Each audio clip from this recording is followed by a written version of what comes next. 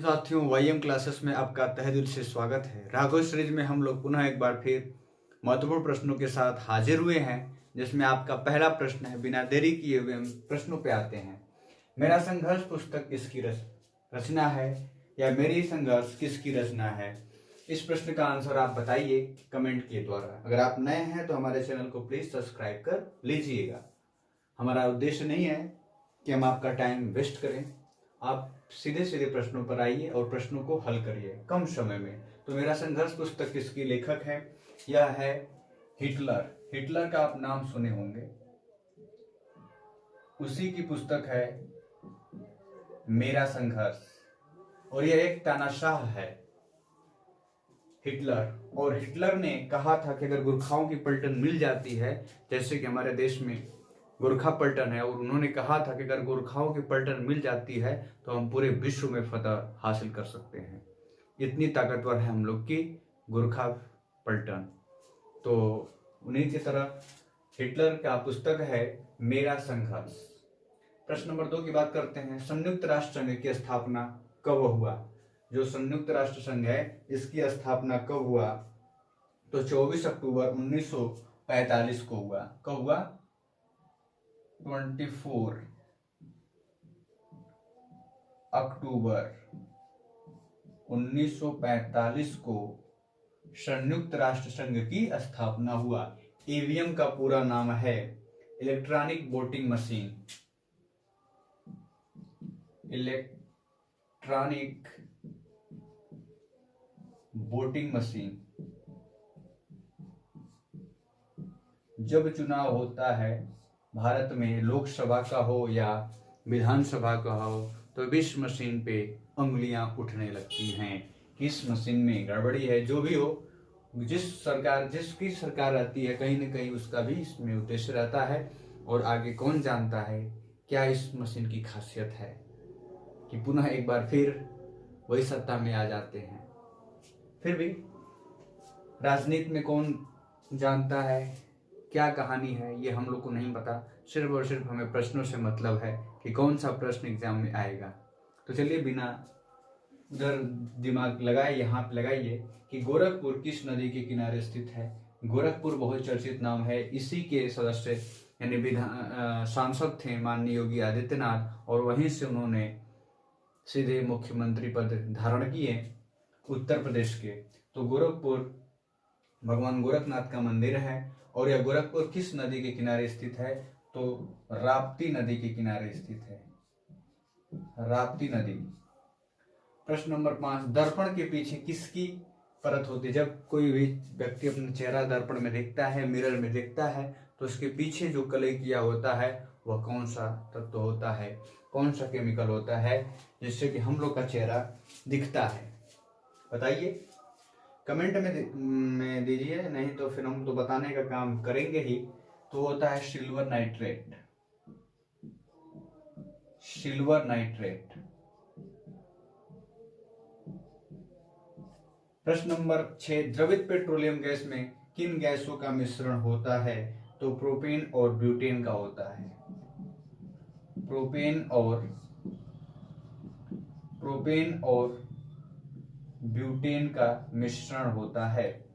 प्रश्न नंबर 7। बृहद स्नानागार कहाँ स्थित? अगर आप इतिहास पढ़े हैं, एनसीईआरटी पढ़े हैं, तो उसमें पूछा गया है मोहनजोदड़ो सभ्यता में कि बृहद स्नानागार था। जो मोहनजोदड़ो का टीला स्थित है, वहीं पे विशाल, जब उसकी खुदाई हुई मोहनजोदड़ो की, तो वहां पे यह विशाल स्नानागार मिला। प्रश्न नंबर 8। अनुच्छेद 51 क में किसका वर्णन है? तो इसमें मौलिक कर्तव्य का वर्णन है। मौलिक कर्तव्य का वर्णन। हर भारतीय को अपने मौलिक कर्तव्य का वर्णन सम्मान करना चाहिए, उसका आदर करना चाहिए कि ना कि निरादर।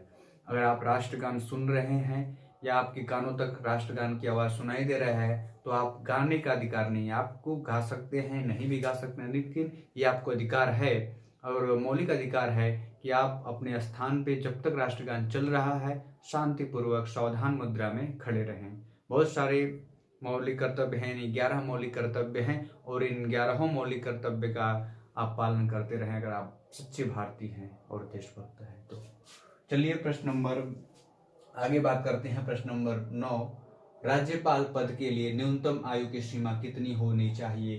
तो अगर आप राज्यपाल बनना चाहते हैं किसी राज्य का तो आपका उम्र 35 वर्ष होना चाहिए और आपको भारत का नागरिक होना चाहिए। आप ग्रेजुएट हों और आप पागल और दिवालिया ना हो, आप एक ईमानदार और निष्पक्ष आदमी हो अपने देश और अपने समाज के लिए, तब जाके आप राज्यपाल पद धारण करेंगे और आप भारत के आम जनता हो। राष्ट्रीय गान जनगण मन को सर्वप्रथम किस अधिवेशन में गाया गया? तो कलकत्ता के अधिवेशन में गाया गया, कलकत्ता के अधिवेशन में या कलकत्ता अधिवेशन में। आगे बात करते हैं, ऋग वैदिक काल में सबसे प्रधान या मुख्य देवता कौन थे? तो मुख्य देवता इंद्र थे। तीनों सेनाओं के प्रमुख कौन होते हैं? तीनों सेनाओं के चीफ कमांडर कौन होते हैं? लीड कौन करता है? तो वह कौन करते हैं? वह राष्ट्रपति करते हैं। थल सेना दिवस कब मनाया जाता है? थल सेना दिवस 15 जनवरी को मनाया जाता है। 15 जनवरी को इस दिन हमारे उन शहीदों को, उन सेनानियों को भी याद किया जाता है और इसी दिन आर्मी का गठन किया गया। और आर्मी के पहले चीफ कौन थे? तो करियप्पा थे।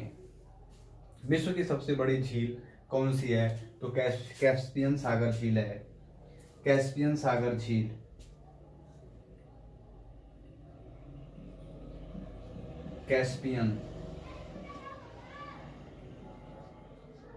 कैस्पियन सागर झील है। पानी में बर्फ बनना कौन सा परिवर्तन है? तो पानी में बर्फ बनना आपका भौतिक परिवर्तन है। भौतिक परिवर्तन।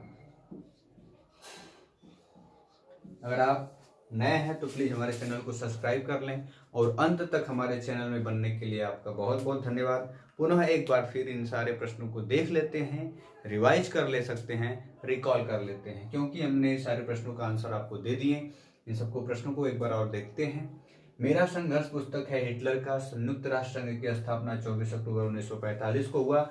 ईवीएम का पूरा नाम इलेक्ट्रॉनिक वोटिंग मशीन है। गोरखपुर ताप्ती नदी के किनारे स्थित है। दर्पण के पीछे हम लोग सिल्वर नाइट्रेट का कलई करते हैं। द्रविड़ पेट्रोलियम गैस में किन गैसों का मिश्रण होता है? प्रोपेन और ब्यूटेन का।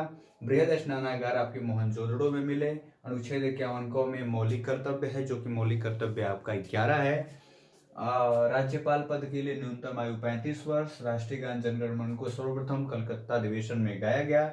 ऋग्वैदिक काल के प्रमुख या मुख्य देवता इंद्रदेव हैं। तीनों सेनाओं के चीफ या कमांडर राष्ट्रपति हैं। थल सेना दिवस 15 जनवरी को मनाया जाता है।